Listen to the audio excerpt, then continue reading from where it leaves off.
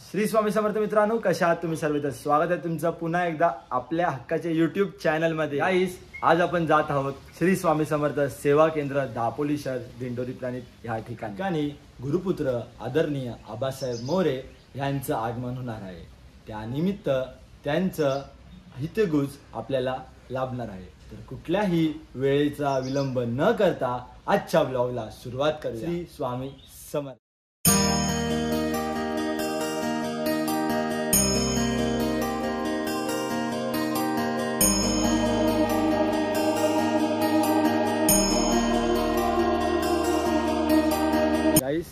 आलेलो आहोत स्वामींच्या सेवा केंद्रामध्ये. दादा मागेच उभा होता. चला दादा आणि आपण आतमध्ये जाऊया. आतमध्ये काय हालचाल आहे तो बघूया. सगळी बरीच जण आलेली आहेत. मला जरा उशीर झाला आहे. ठीक आहे, आलो आहोत. महाराजांचा दरबार मस्त असा सजवलेला आहे. तर आपण लगेच महाराजांना मुजरा करूया आणि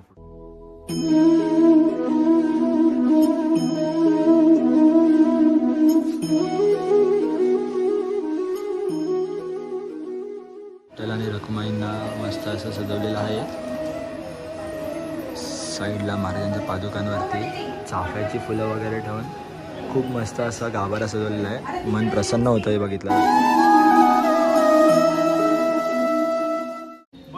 गरमीमध्ये गारगार सरबत सगळ्या सेवेकरांना आपल्या केंद्रात थ्रू ठेवलेलं आहे. कुठला सरबत दादा? टेम्परेचर जास्त असल्याच्या कारण कोणीतरी आयडिया काढली कोकम सरबत ठेवूया म्हणून कोकम सरबत ठेवलं आहे. अभि दादा आलेले आहेत.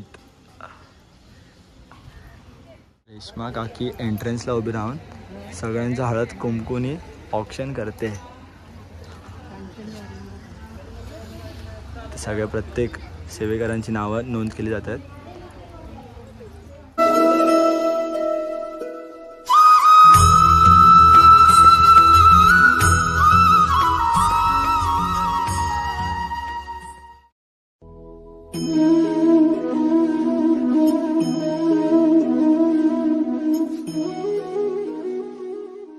आदरणीय आबासाहेब येणार आहेत. त्यांच्या आगमनासाठी केलेली तयारी आणि सजावट तुम्ही पाहू शकतात.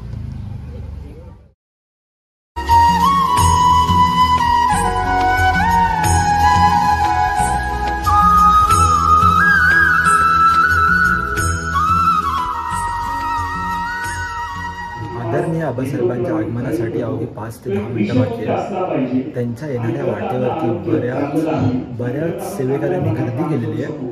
त्यांचं आगमन पाहण्यासाठी प्रत्येक सेवेकरांचे डोळे आतुरलेले आहेत. तर गाईस,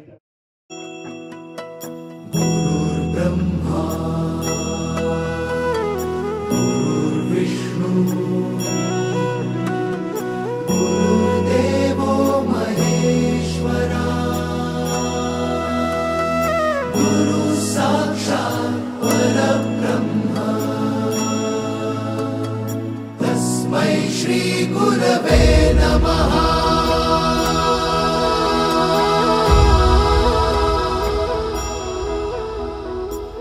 गुरु माझा गणगोत, गुरु हीच माऊली.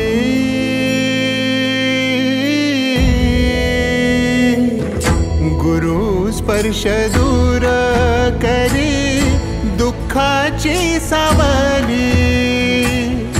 गुरु भेटीसाठी झाली जीवाची काहिली.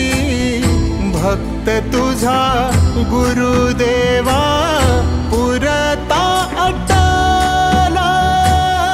भेटला विठ्ठल माझा, भेटला विठ्ठल, भेटला विठ्ठल माझा, भेटला विठ्ठल. गुरु एक तुझी माझा विधाता अचल.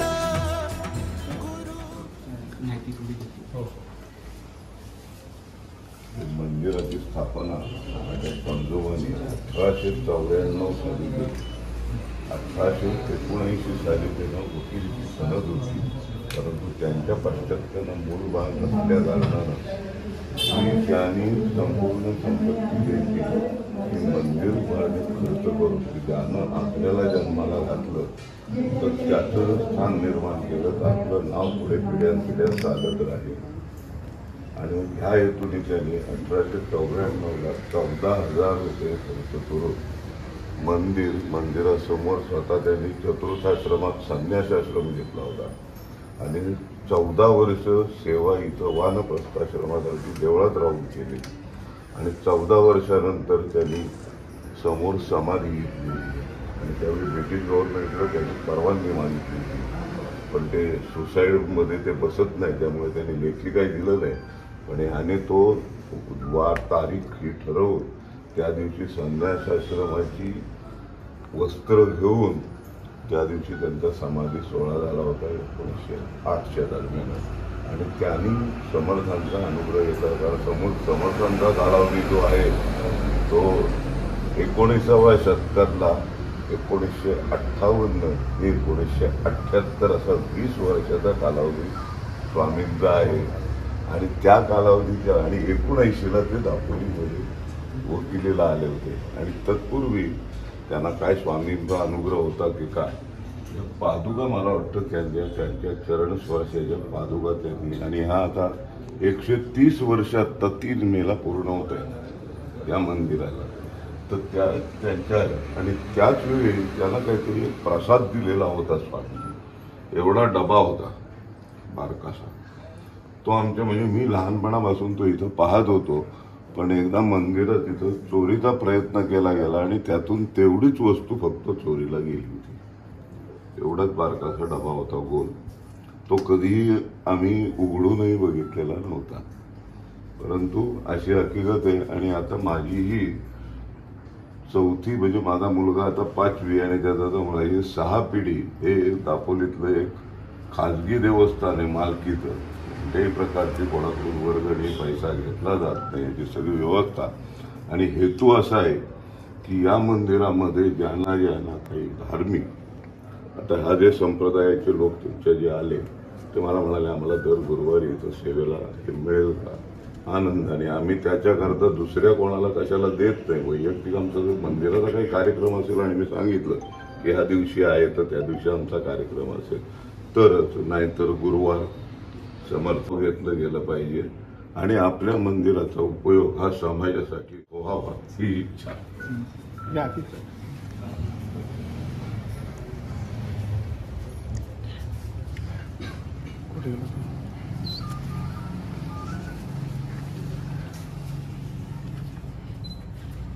जरा सर क्रॉस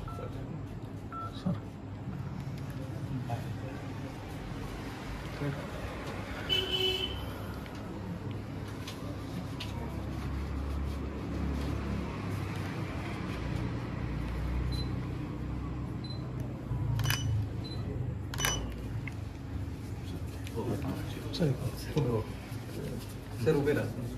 भागवत सर तुझे संगतीन ओलांडला अवघड घाट, संगतीन ओलांडला अवघड घाट. चुकलो जिथं मी तिथं दाविली तू वाट, तुझ्यामुळं उमगलो मीच मला थेट, सुख दुःख एकामेक. विश्वस्त कृषी विभागाचे मार्गदर्शक आपल्या सर्वांचे आदरणीय श्री आबासाहेब मोरे, तसेच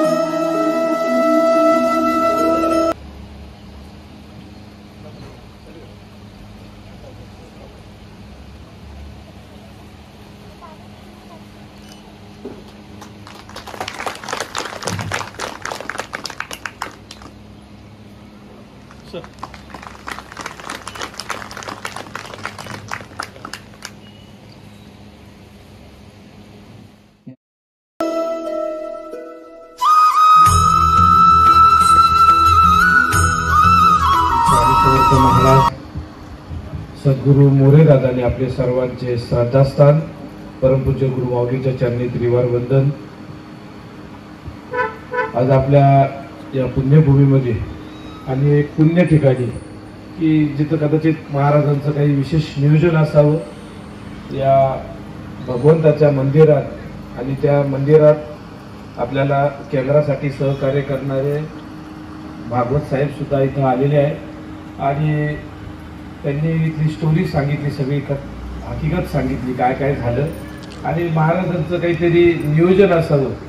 त्या महाराजांच्या त्या चरण पादुका किंवा त्यांचा कृपा आशीर्वाद तो या स्थानाला लाभला आणि एक चांगली परंपरा या मंदिरात त्यांनी एवढी स्वच्छता आणि सर्व गोष्टी सांभाळत ते पिढ्यानपिढ्या तो एक चांगला वारसा ते आपलं जपतायत आणि आपल्यासुद्धा सर्व सेवेकऱ्यांना इथं आरतीसाठी ही सेवा आणि इथं स्थान एवढं अतिशय भगवंताच्या सानिध्यात, निसर्गरम्य सानिध्यात आणि या शहरात एवढं सुंदर ठिकाणी आपल्याला सेवेची संधी मिळते आणि यातून आपल्याला दिंडोरी प्रणीत श्री स्वामी समर्थ सेवा मार्ग हा आपल्या सर्वसामान्य लोकांसहित दुःखित पीडितांपर्यंत प्रत्येकापर्यंत पोहोचावा आणि ज्ञानाच्या माध्यमातून त्यांचं दुःख दूर झालं पाहिजे.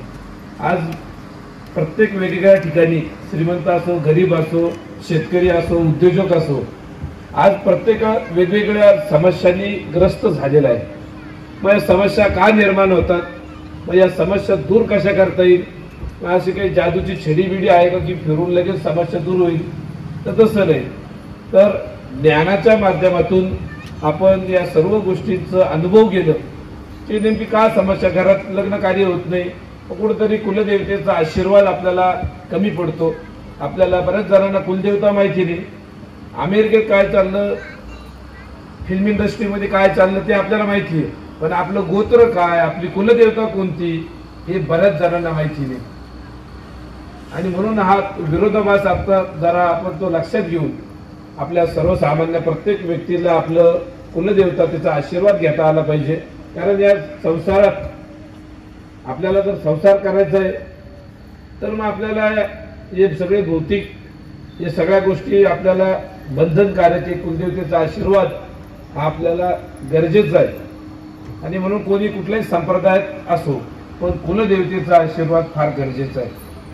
म्हणून आपल्या मार्गातून आपल्या कुळाची नुसार कुलदेवता तिचा आशीर्वाद घेऊन मग सगळे आपल्याला सगळ्यांचे हळूहळू आशीर्वाद घेत सर्वप्रथम स्वामींचं अधिष्ठान, कारण या सर्व गोष्टी माहीत करायचं आहे तर आपल्याला स्वामींचं अधिष्ठान गरजेचं आहे आणि ते अधिष्ठान असलं की आपल्याला पुढचा रस्ता आपण काय करायला पाहिजे, काय नाही करायला पाहिजे, काय खायला पाहिजे, काय नाही खायला पाहिजे, हे सर्व आपल्याला कधी कळणार, ज्या वेळेस आपण स्वामींचं अधिष्ठान ठेवून स्वामींचा या कलियुगातला षडाक्षरी मंत्र आहे श्री स्वामी समर्थ. मंत्र तोचे, देवता तोचे, मंत्र स्वयंसिद्ध आहे, सिद्ध करायची गरज नाही. या मंत्रामध्ये ब्रह्मा विष्णू महेश आदिशक्ती या सगळ्यांचा आशीर्वाद भेटतो आणि म्हणून आपण सर्व भाविक सेवेकऱ्यांनी याची अनुभूती घ्या. मंत्र सांगायला खर्च नाही, जप करायला खर्च नाही, माळच पाहिजे, नासरच पाहिजे, फोटो पाहिजे असं बंधन नाही, वेळेचंही बंधन नाही. मनोभावे तुम्ही दिवसभरातून जसा वेळ मिळेल प्रवासात सुद्धा तुम्ही जप करू शकता. मनातल्या मनात पायात जरी चप्पल बूट असलं तरी तुम्ही जप करू शकतात. एवढा सामर्थ्यशाली मंत्र आहे की त्या मंत्रातून तुमची बुद्धी, तुमची अक्कल जागृत होईल आणि त्यालाच म्हणतात अक्कलकोट. स्वामी महाराज आपण जी आरती करतो, यवने पुछले स्वामी का आहे, स्वामी तो अक्कलकोट में, वो अक्कलकोट नहीं ये अक्कलकोट. जो स्वामींचा षडाक्षरी मंत्र जप करतो त्याची बुद्धी जागृत होती. म्हणून आपण सर्वांनी बाकीची मनात भीती काढून टाका की आपल्याला काही, आपण एखादा आधी मंत्र गेले, आपण कुठलीही मनात भीती ठेवू नका. एखाद्याच्या घरी दारू मांसाहार करणारे जरी असले तरी तुम्ही स्वामींचा मंत्र जप करू शकता. त्या मंत्राने काय होणार की हळूहळू सगळे व्यसन सुटले जातील. काय खायचं ते आपल्याला लक्षात येईल. आणि म्हणून आपण सर्वांनी स्वामींच्या षडाक्षरी मंत्राची अनुभूती तुम्ही घेऊन बघा. श्री स्वामी समर्थ. जय श्री महादेव. आज ज्ञानेश्वर माऊलींच्या रसाळवाणीने रचलेले पसायदान आणि माझ्या अल्पमतीला जे काही चाल सुचली ती म्हणण्याचा प्रयत्न करतो. ज्यांना येत असेल तर त्यांनी माझ्याबरोबर म्हटलं तरी चालेल, आणि जर ज्यांना येत नसेल तर त्यांनी भक्तिभावाने श्रवण करा. कृपया सर्वांनी डोळे बंद करून हात जोडा.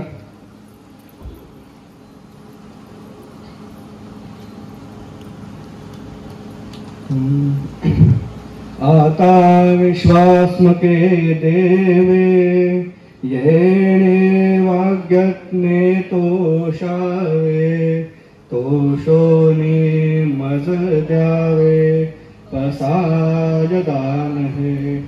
जे खणांची अंकटी सांडो तया सत्कर्मी रती वाढवो. भूता परस्परे जडो मैत्र जीवांचे. दुरितांचे तिमिर जावो विश्वस्वधर्म सूर्ये पाहो. जो जे वांछिल तो ते लाहो.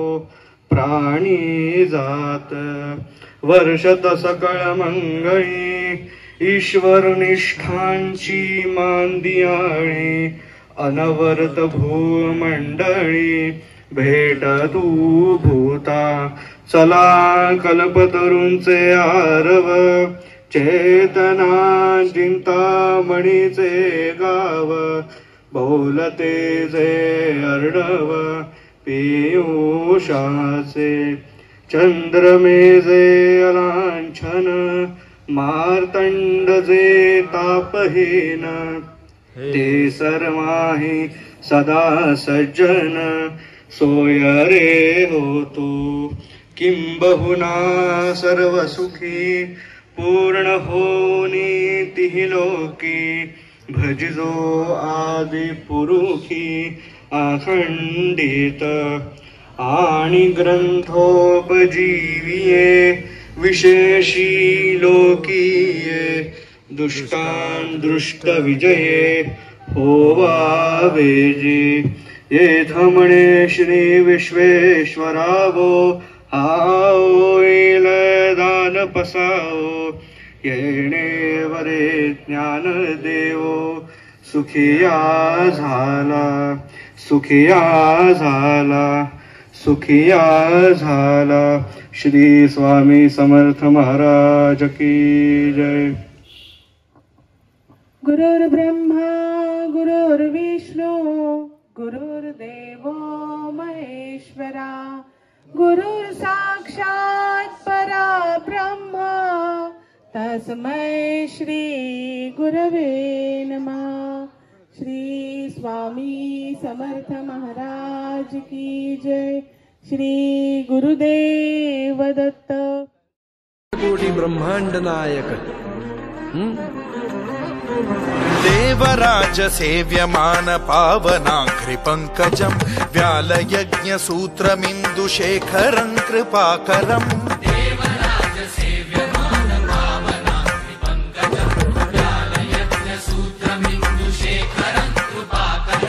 नारदादि योगी वृंद वंदितं दिगंबरं. काशिकापुराधिनाथ काल भैरवं भजे. भानुकोटि भास्वरं भवाब्धितारकं परं. नीलकण्ठमीप्सितार्थदायकं त्रिलोचनं. कालकालमम्बुजाक्षमक्षशूलमक्षरं. काशिकापुराधिनाथ काल भैरवं भजे.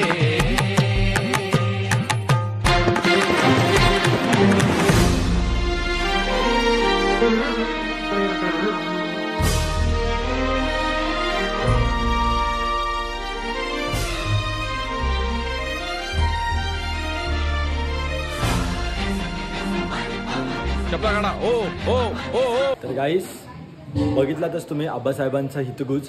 तर आता आबासाहेब निघाले आहेत परतीच्या प्रवासाला दापोलीतून. तर आबासाहेबांना त्यांचा प्रवास सुखरूप व्हावा असंही शुभेच्छा. तर ह्याच्या पुढच्या गमती जमती ह्याच्या पुढच्या पार्टमध्ये येतील, पण भेटूया पुढच्या ब्लॉगमध्ये.